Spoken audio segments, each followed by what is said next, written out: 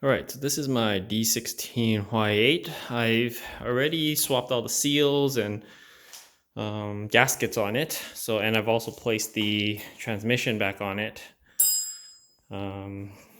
Distributor rotor and cap are replaced. Put the header in there. So I reused my D16A6 alternator. So what it is actually a 3-rib pulley. And the D16Y8 is a 4-rib pulley. So you will have to use a slightly longer than a D16A6 alternator belt. Or what you can do is get the D16Y8 alternator belt and use an X-Acto blade and slice off one of the ribs, essentially. And that's exactly what I did, because you need 800 millimeter length belt, and they didn't really have one for a 3-rib. So I taken the engine harness off of my D16A6 and basically plugged everything in.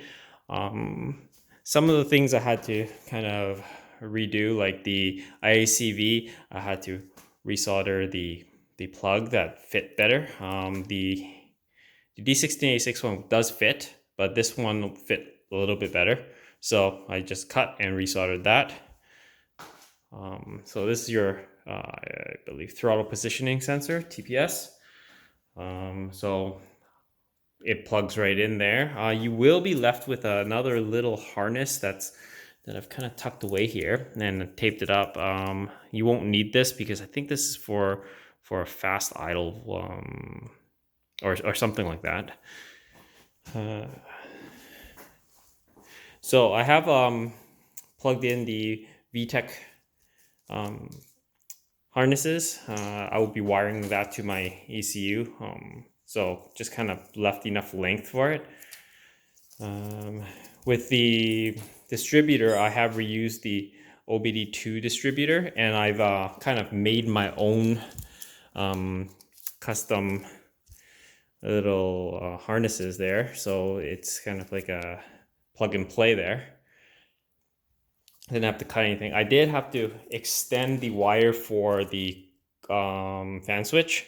Fan switch on the D16A6 is on the back, while this one is on the thermostat. So I extended it and reused the harness for this.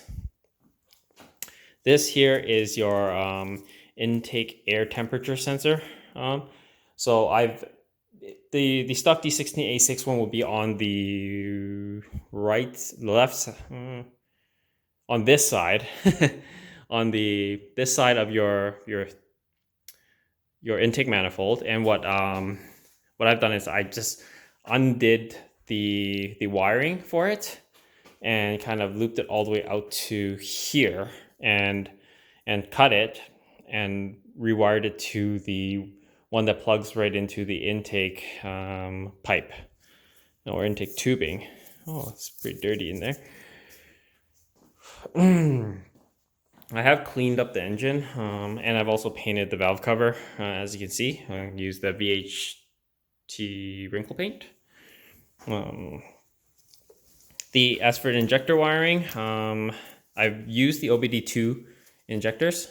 So I've just basically cut each harness and soldered them to the OBD2 plugs.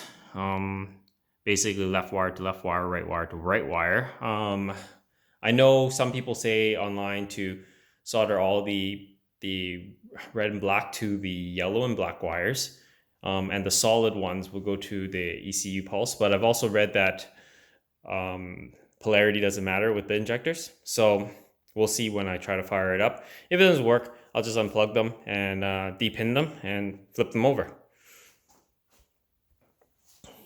What else did I do here? That's pretty much it. Oh, when you do bolt up your transmission, the flywheel cover here doesn't actually fit. This is the D16A6 one. My D16Y8 did not come with a flywheel cover because it didn't come with the transmission. So what I had to do was, let me get some lighting here. had to kind of modify it. So I as you can see there, I bent that tab, so it's not hooked up to the oil pan or anything. And in the center there, you're gonna have to kind of use some pliers and bend it a little bit in the middle so that it could slide in there. But it does. You are able to get it to fit. But you do need to kind of modify it a little bit and bend it around.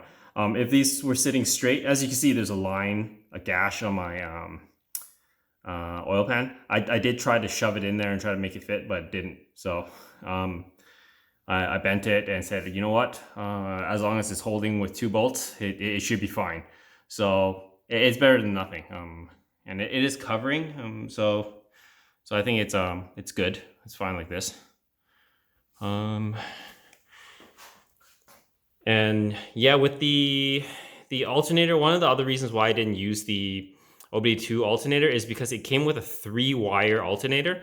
The stock D16A6, since we're reusing this harness, is a 4-wire alternator. You can essentially use an OBD1 alternator from like a D16Z6 or any of the 92 to 95 Civics. Since I have the D16A6 one, I'm not gonna go and buy another alternator. So if you are using the OBD2 injectors, you won't need your resistor box anymore. So what I've done is I've just got a plug from the junkyard, soldered up all the wires on the end of it so that it is just all one, and just plugged it in there. You can essentially just cut this off and then solder all the wires, like the red and black wires and the yellow and black wires all together. This is essentially just your constant positive that you're going to be giving to your injectors, while the solid wire, like the brown, yellow, blue wires on your injectors, are the ones that give you the pulse for the injection. So yeah, that's pretty much it. I've tried to kind of make it look as stock as possible, kind of reusing all these brackets and everything from this motor.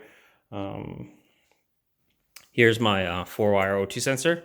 I took my 1-wire one out, put in the 4-wire one, and labeled them so that I could wire them to my ECU later once the motor's in. I do have a OBD0 to OBD1 harness connected. So the VTEC wires and all the other wires are here. I've kind of looped them through this grommet right in there. So I just kind of popped it out, and from inside I shined a light from here so I could see where the hole is, and then I put the wiring through. So I taped it all up first to make it one solid piece. This was also wrapped up, and then I just fed it through the grommet, taped it all up, and kind of just at this crease, I kind of let the wire dangle a little bit because this is going to kind of go right directly to the harnesses for like the VTEC oil pressure and the VTEC harness. So yeah, it's basically ready to go in.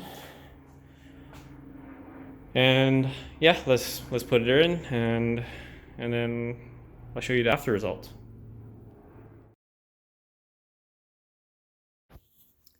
Alright guys, so I did get the motor all in and hooked up, not fully yet.